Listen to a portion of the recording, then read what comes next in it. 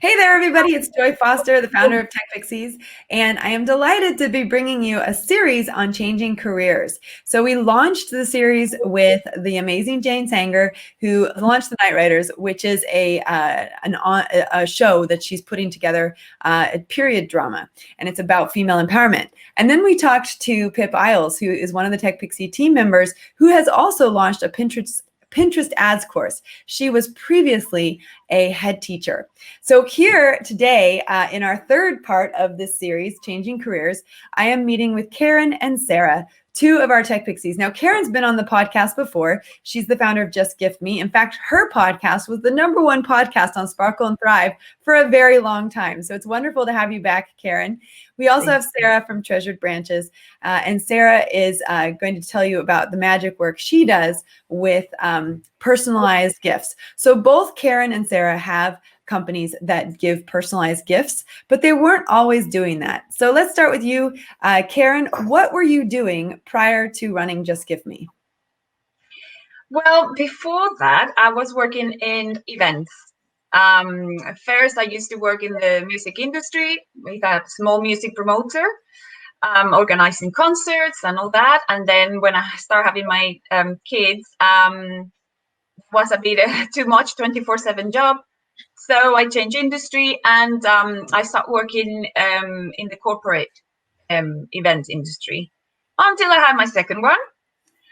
And then I tried to go back to my work, but we didn't agree on the terms. And it was a very, my last year before having my second one, during my pregnancy, while I was working, it was a crazy year. Honestly, the amount of work I had, it was ridiculous. So I think I was like, well, if I'm going to work like this, why don't I do it for me, not for somebody else? And I think, I took that opportunity of my second maternity leave to kind of play with the idea.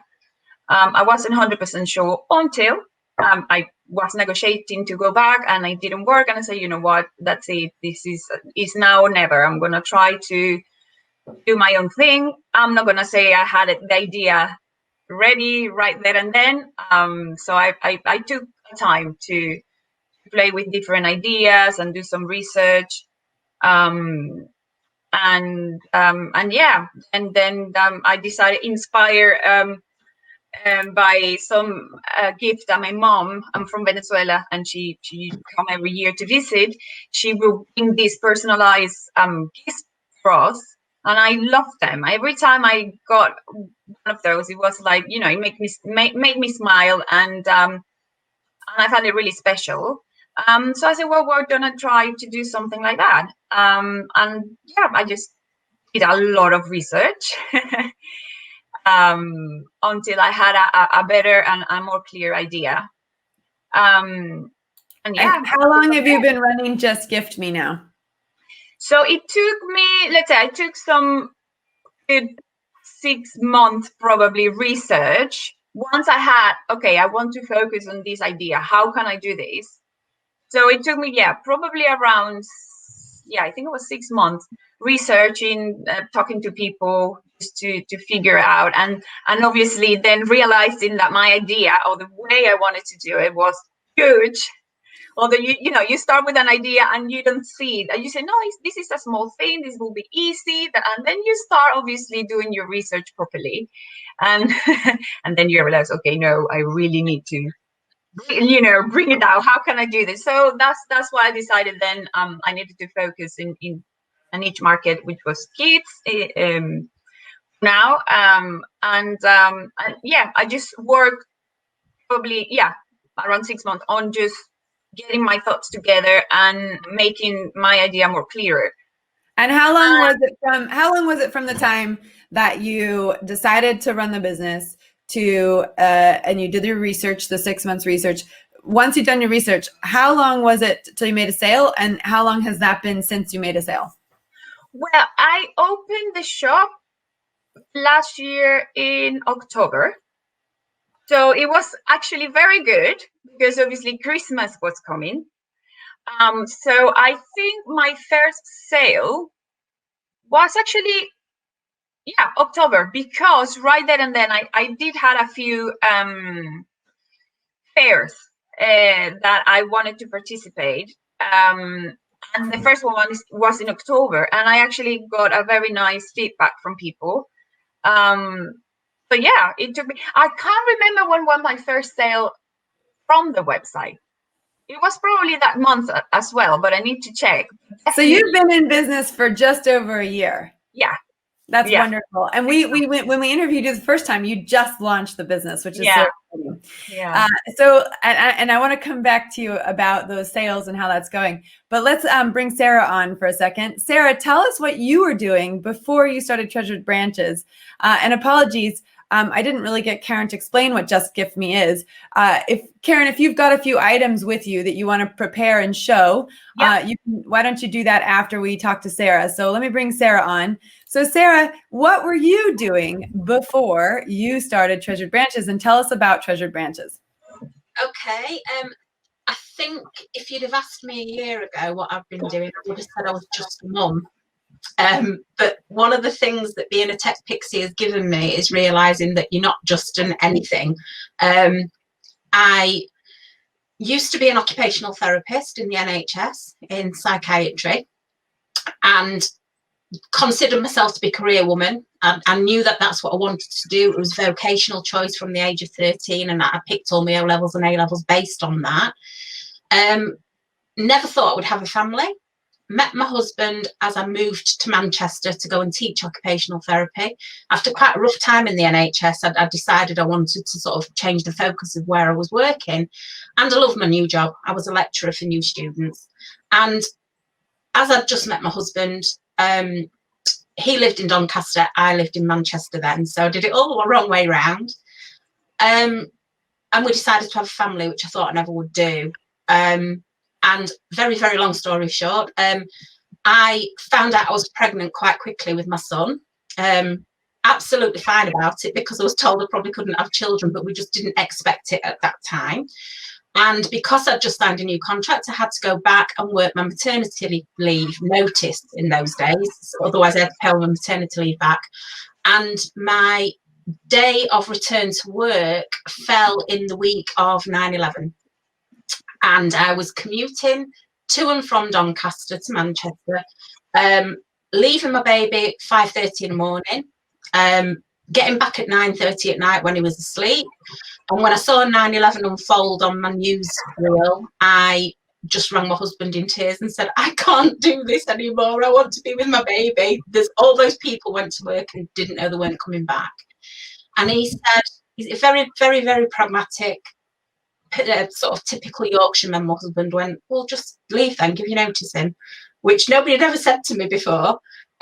Plus, I'd always been very academic, very driven, and very career-minded. So just leave your job was not something I could conceive of. I did give my notice in.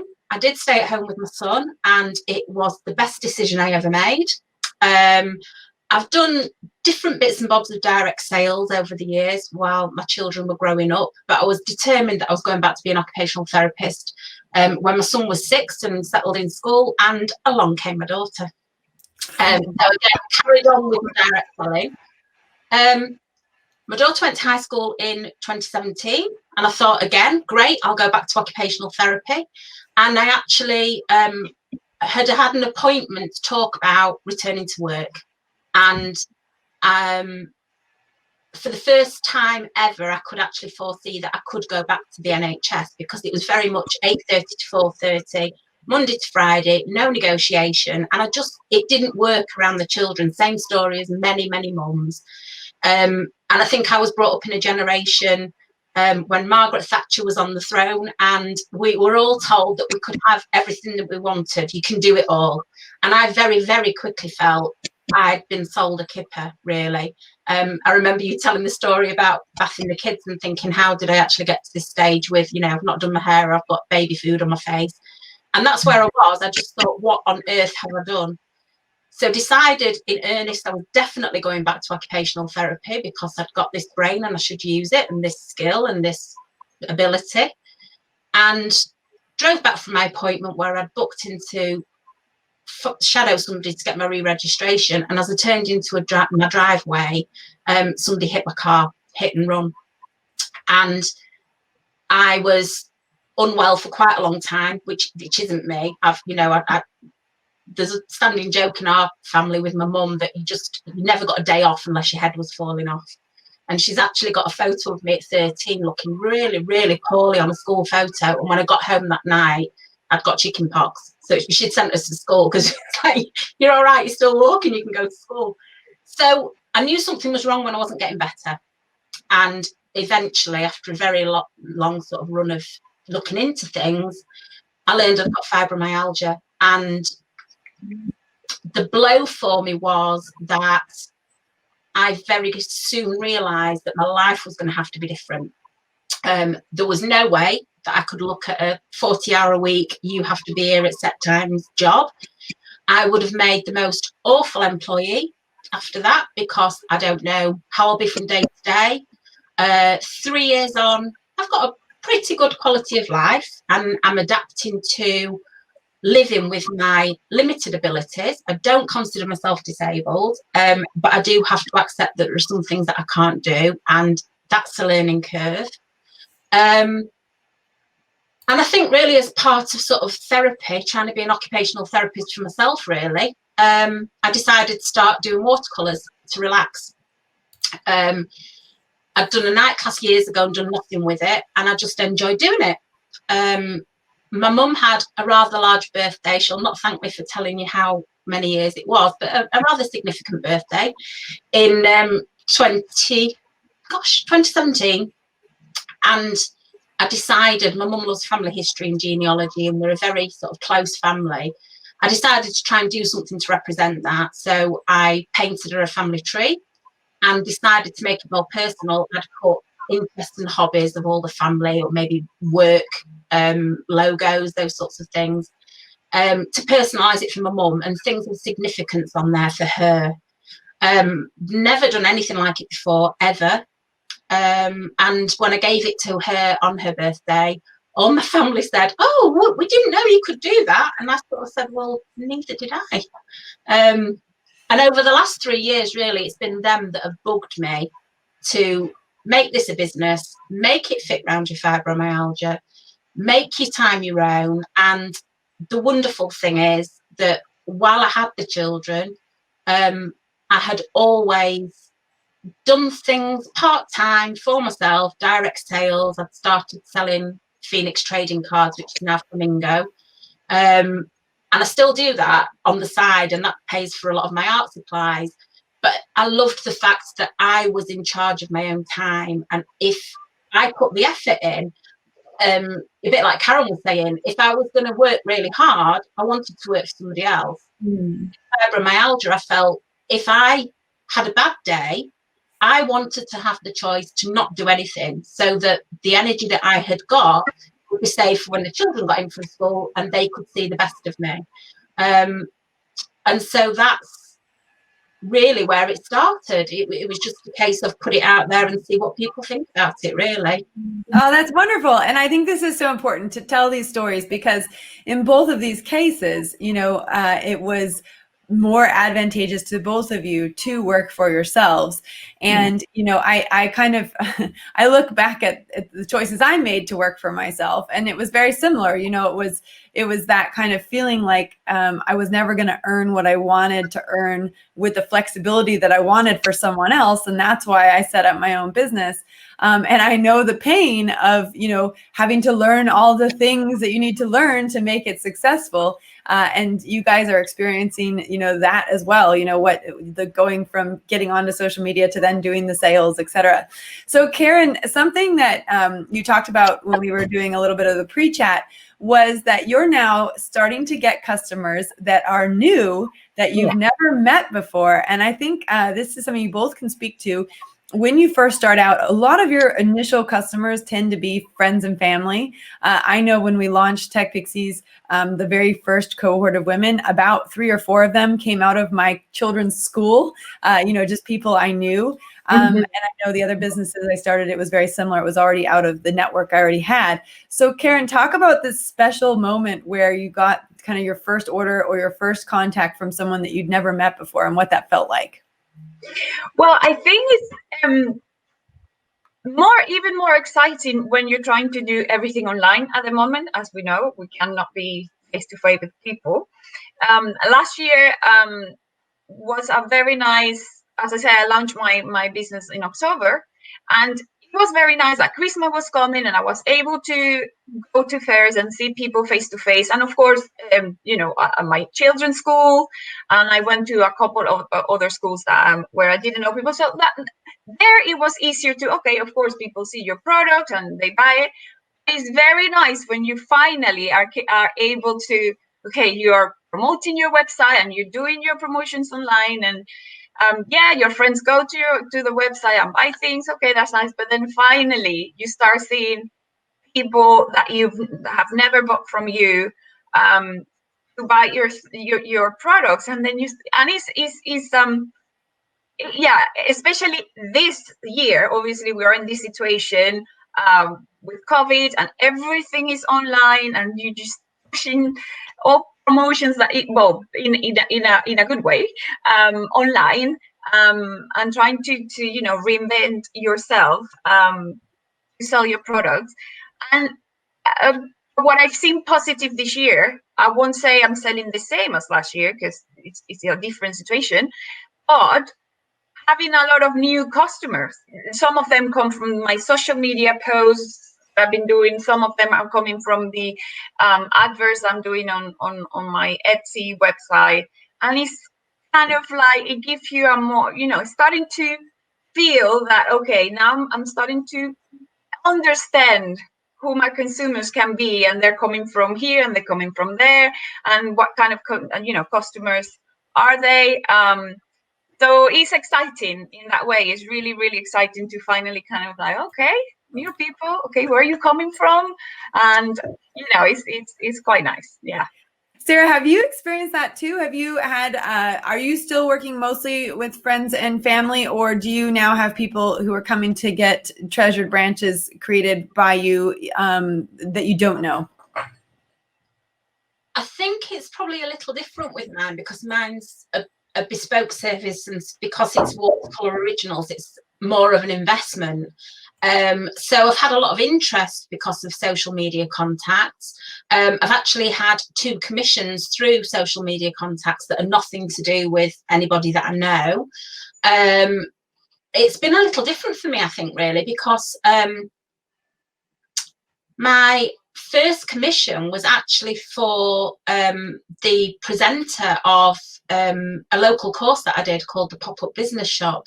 It's a national training scheme, but they actually came to Doncaster, and it was something that I did through a business club.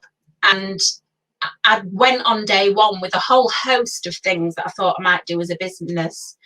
Didn't really know where I wanted to go with business, and they encouraged me to do treasured branches. And actually the person that was running the group was a woman who was in a relationship with a woman, and they had 2 children with a surrogate father who they basically wanted to include in the family tree, and she said to me, you've got to do this, because family trees are literally mum and dad, 2.4 children and relative grandparents, and I can't actually buy anything to fit my family into if I want to write it in myself. So she was my first commission, and that was going back to last March. Since then, being on TechPixies, I've learned a lot more about pricing and how to pitch what I'm doing. And I have had a lot of interest, which I think, is something that you've looked at in other podcasts, is that I was quite amazed what people were telling me I needed to charge for what I was doing. In response, really, to the fact that I've got quite a high price tag, or a relatively high price tag product, I have started doing the blank family trees. And I think because I've not written things in like grandma, granddad, mum, dad, they are more flexible than what you can get elsewhere. And this is an example of what I've been doing, and I'm actually getting those to print this week. So they will be added to my social media. So yeah, it's been interesting. So that means you've created a product that someone can fill in the blanks that's not as time intensive for you, and it's a more cost effective solution. But if someone wants a fully bespoke painted treasured branches tree by you, then they would do that with you. Yeah. So I know when I sat down to fill out my form for my treasured branches, which my family doesn't know that I'm creating this. And of course, if they listen to the podcast, they've now ruined their Christmas present. But it was very complicated for me. I have a complicated family, you know, and actually this is the modern world. Complicated families are the norm. And, you know, I've got 2 biological parents. I've got 2 step parents. And I've got, I've got a brother I didn't know about for 30 years of my life. I've got, we've got, aunts and uncles and cousins and all that stuff. And it was hard to go, okay, what do I want to include on the tree? And it was hard to kind of think, oh, well, what happens if I leave this person out, or if I leave that person out, or, but it's an interesting exercise. It's like deciding who you're going to invite to your wedding. So it's really interesting. But I love the work that you're doing, and I love the work that Karin's doing as well. Karin, now if you can hold up some of the things you do, I can kind of describe them, especially to people who are listening to the podcast. Okay. So can you show people some of the work that you do? Yeah, I can show you things for my Christmas collection. Mug. Oh, look at that. Mom's hot chocolate mug. And it's got stars, of course. It needs stars on it. So the idea is that you can create your family mug set. So this is Dad. Nice. So you can, as with all my products, you can personalize it with a cartoon. So you can change features of the cartoon, like the hairstyle and eyes shapes and colors. And then, you can change the text as well. So I think this is actually my sister. That's your sister. Oh, she's so pretty. I was just thinking, you've got a really talent for making everyone look so beautiful and young. So I think everyone needs one of your mugs. I created one for my husband. I don't have it here, but I created one for my husband, and he was so pleased. He's like, he loves it. He uses it every day. I'm not joking. And he said, I look so nice. He's so handsome. I'm like, well, you look a bit younger, which is great. But yeah, I just launched my Christmas collection, where I started to introduce things for adults as well. So now you have like the mugs where you can, which I think is quite cute, that you can, you have your family special hot chocolate mugs.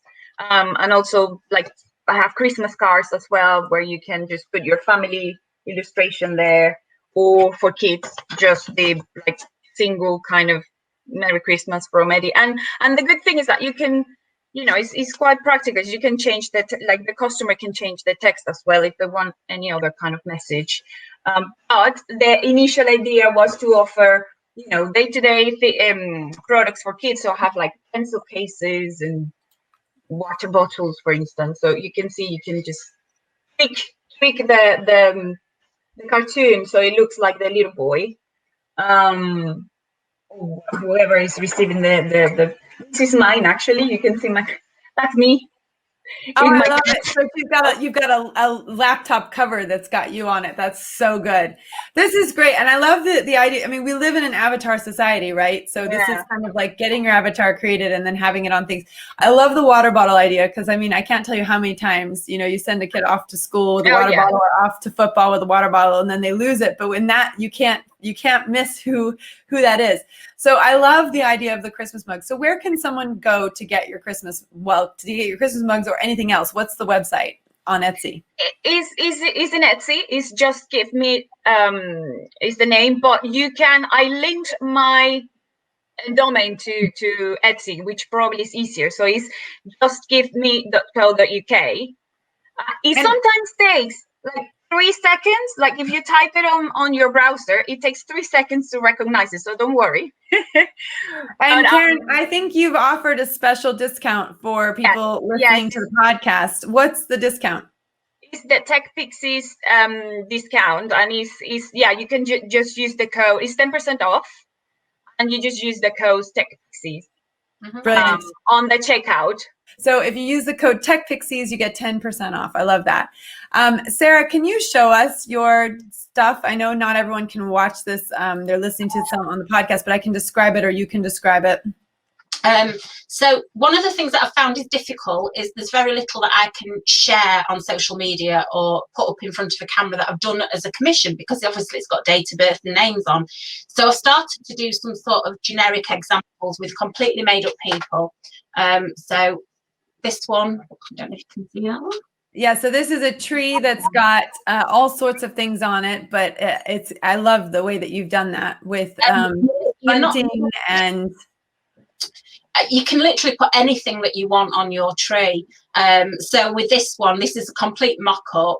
But for example, even if you've got somebody in the family and you think, oh, you know, what does that person like? That person doesn't have an interest. On here, I've got the great grandma. I've got a Girl Guides badge because, you know, if somebody's got something that they're doing, maybe they're a community leader or a support worker, you can have the emblem for that organisation in. So up here, I've got some dues in the Masons and some dues in the Women's Institute, and you can literally put anything you want on there at all. If I feel it's something that I can't tackle, I will tell you. I won't try and put something in that I'm not capable of painting. That being said, for my best friend's daughter's 18th birthday, I did her a tree that had both of their dogs on, and I'd never done dogs before. I'd never painted animals before, and they came out quite well. But I would always run it by the person who's commissioned it first to say, does this look like your animal? Do you want it on there? And I tend to do quite realistic impressions of pets and animals. So if I've not got it right, you know, I won't do a cartoon one. I'll talk to you about whether it's what you're looking for. But this is an idea of the generic trees I was talking about. And so the immediate image is that you've actually got a family tree for mum and dad and 3 children and the respective grandparents and then the great grandparents. But actually this was drawn for somebody who had got this woman, this was her second marriage, these were her 2 children, and this was her husband's child. So it was a step family situation, but had I written in mum, dad, child 1, 2, 3, which is what traditional trees do, it would have been no good for them. So they actually bought this blank and filled in their own details, and she wanted to use her own handwriting to make it personal, but I can also write in your details for you for a small fee. And so these will be available as prints, but I could also do a basic tree like this, which is sort of an intermediate cost in watercolour as an original, because obviously it's got less detail on. So it, you know, there's still something there to suit everybody's budget. And I think, like Karin was saying, the lovely thing about personal products is you can actually talk to the client and find out what is it that you want. And I'm quite pleased in a way, a bit like Karin was saying, that I've been launching my business and testing things out during a time when I can't meet face to face, because I don't think I ever before TechPixies would have considered doing a Zoom or meeting a client online or using all of the methods that I have with social media anywhere near as much as I'm doing. And then, you know, a good example is your commission, where I sent you a questionnaire and you said, hang on a minute, let's look at this. Let's do it as a digital one so I can fill it in instead of having to print it off and discuss it with you. I would never have got to that stage. And that's the kind of situation that we're in that's forced us to look at other ways of doing things. And I think that has helped me to learn in ways I never thought I would learn at the moment. I want to applaud both of you. Because, you know, at TechPixies, we encourage people to return to work, change careers, or start a business. And what you've done is change careers and start a business. And what I love about both of your businesses is that you're creating personal products for people that really make their hearts melt, you know. And I love the fact that, Sarah, you've come up with a lower cost product that is still going to serve people, but you're not going to compromise on your higher end product, because that takes a lot more effort of yours and time of yours. And, you know, and we talked about, we've been talking about pricing. We've had a whole series on Earn What You're Worth, you know, helping women to really charge what their product is worth and not be afraid of that, so that they can, they can earn what they're worth. And I know that part of being a business owner is about time freedom, but it's also about money freedom and wanting the ability to earn what you want. And really, as a business owner, you have, it might take a while to get to that point, but you do have that luxury of building something that you have control over your time and, your income, and you have to work towards figuring out how to do sales. And I'm so proud of both of you for leveraging social media in order to do that. So let's just close on this one question, and I'll let both of you answer it. And that is, what's working for you in social media, and why do you think social media works for your businesses? So Karin, do you want to go first with that question? Sure. I think I'm focusing on 2 platforms at the moment. I need to include another one, but as you say, you need to focus and learn first, and then you keep moving on. And I think Facebook and Instagram are the both platforms that are working for me. What I'm trying to do is at least try to create community more than anything else, really. So I'm trying to engage and trying to slowly, find the right followers. I'm not concentrating on growing my accounts really quickly. I want genuine people, enjoying, because also that brings the engagement. It's easier for you to engage with people that really like your product and have a nice chat and just chat about common things that you find with them. So that's my philosophy. Obviously, it's a very different kind of process. It's slow. You need to be patient. But I think for me and the way I am and the way I want my business to be is the way I'm going to go. I can't just go on, a lot of people use different tools, which is fine. I respect that, where you 5 likes for this and or follow me, this or that. But for me, the way I want things on my philosophy and my values, I want my business to be, with people that really like my products and enjoy having a nice chat and conversation. And that is what is working for me. And it also, give me that incentive to keep going, because as a, one woman business owner, do it all, you need to encourage yourself a lot, because it's not an easy ride. So yeah, just using social media to create this community slowly and finding what kind of person really like your product and all that. That's what I'm exploring at the moment, and that is what slowly I can see is working for me. Yeah. Well, and I want to say, you're not completely a one-woman show. You're talking about enlisting your sister in helping you, potentially. Well, hopefully, yeah. and also, I think you're going to start exploring potentially Pinterest. We've talked about that as a visual search engine, which would drive traffic back to your website. It was interesting. One of the things that Karin said was, while she has more engagement on Instagram, she's actually got more hits to her website from Facebook. And that is because an Instagram post doesn't allow you to put a link on it. Now you can tie it into your shop, and that can link back to your shop. But actually, Facebook still lets you drop links in on Facebook. So it's interesting that we had that conversation before, about how Facebook actually drives more traffic, even though LinkedIn or Instagram is really where her community is at.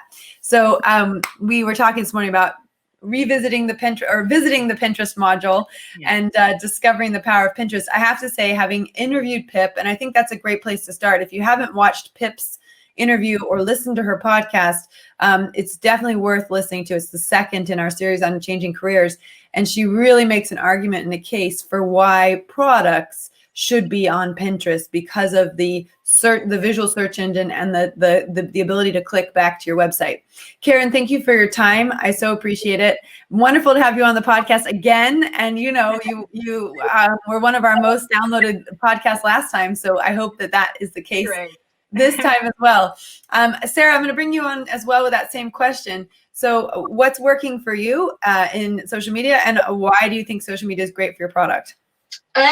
I'd echo what Karin says, actually, that Facebook has always been my staple. I felt comfortable with that, and that generates more hits to other places for me. At the moment, my website's in its infancy, but for me, again, it's about the fact that my values are about being authentic in my business. I want to deliver a product that my customers love. I want them to be happy about it. I want them to recommend it to other people. So for me, the like and share thing is not relevant either. I do get involved in campaigns on social media, which has helped for me. So, for example, during this week, there's one with Just a Card that represents small business, and they share things, and I've had an awful lot of increased contact over the last week because of being part of that campaign. There's lots of free things out there that you can tap into to help promote your business. And I think, like Karin, I'm probably a little bit selective about who I go and like and how I engage people, because I want people to be on board with what I do. I want people to like what I do. I don't want people to follow me and think, I'm not liking that because it's not really my thing. So the people that do follow me generally interact very, very well. Certainly, Instagram has been something that has been a revelation to me. I've just not used it at all, really, other than following my son and what he's doing while he's away at university, really. One of the things that TechPixies has given me is a wider understanding of what is available to me, and that not everything will suit me. So, for example, I've always used Pinterest for personal boards. I've sat there and collected pictures that I like, and usually shoes, it has to be said. But I've never considered harnessing that potential for business at all, not even in my previous existence as direct sales. So I think that that's something that I need to develop. But I think the thing with TechPixies has been, you don't actually know what you don't know until somebody says, did you know this is out there? And I had found it difficult to develop myself because I couldn't say, I am missing this. I didn't know what I was missing until I got on TechPixies and basically was told my world's my oyster, really. So I'd encourage people to do that, to try and develop your understanding of what is out there and then cherry pick what works best for you. Wonderful. Well, thank you both for your time. I hope you have some boosted sales. Now, Sarah, did you have a discount for TechPixies as well? I wasn't sure. If anybody pops TechPixies in there, then I will offer a 10% discount on anything. I also try and do little sort of friends and associate perks, so you might get a little free gift in there with your order too. Oh, very nice. And tell us where they can find you online. At the moment, you'll find me as @TreasuredBranches on most social media platforms. Another tip I would give you is try and enlist people who can help you, like your sister.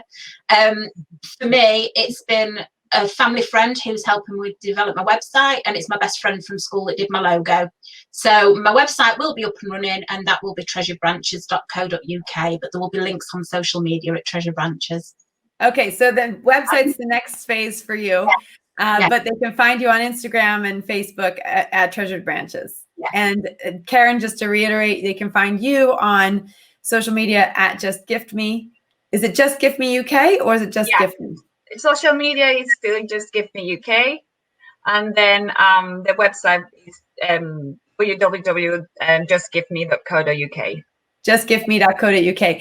And just remember, ladies and gentlemen, if there are gentlemen listening, to use the TechPixies discount code, so TechPixies, and that'll give you 10% off. But it also lets Sarah and Karin know that you came through TechPixies. And, you know, we always say once a TechPixie, always a TechPixie. And I know that there's going to be a lot of people interested in buying from TechPixies as our community grows.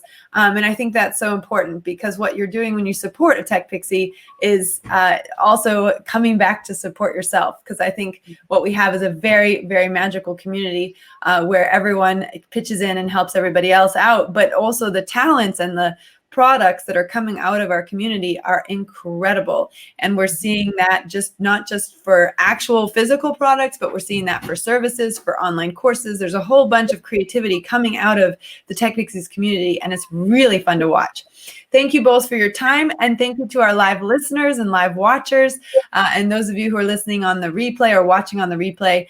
We really appreciate your time as well. And if you have been thinking about changing careers and you have a creative side to you, I would make sure you get on the social and connect with Karin and Sarah and learn from them, because they are very brave and they've gone forwards with things that they love.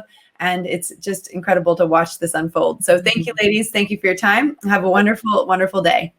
Thanks so much. Thanks. Bye-bye.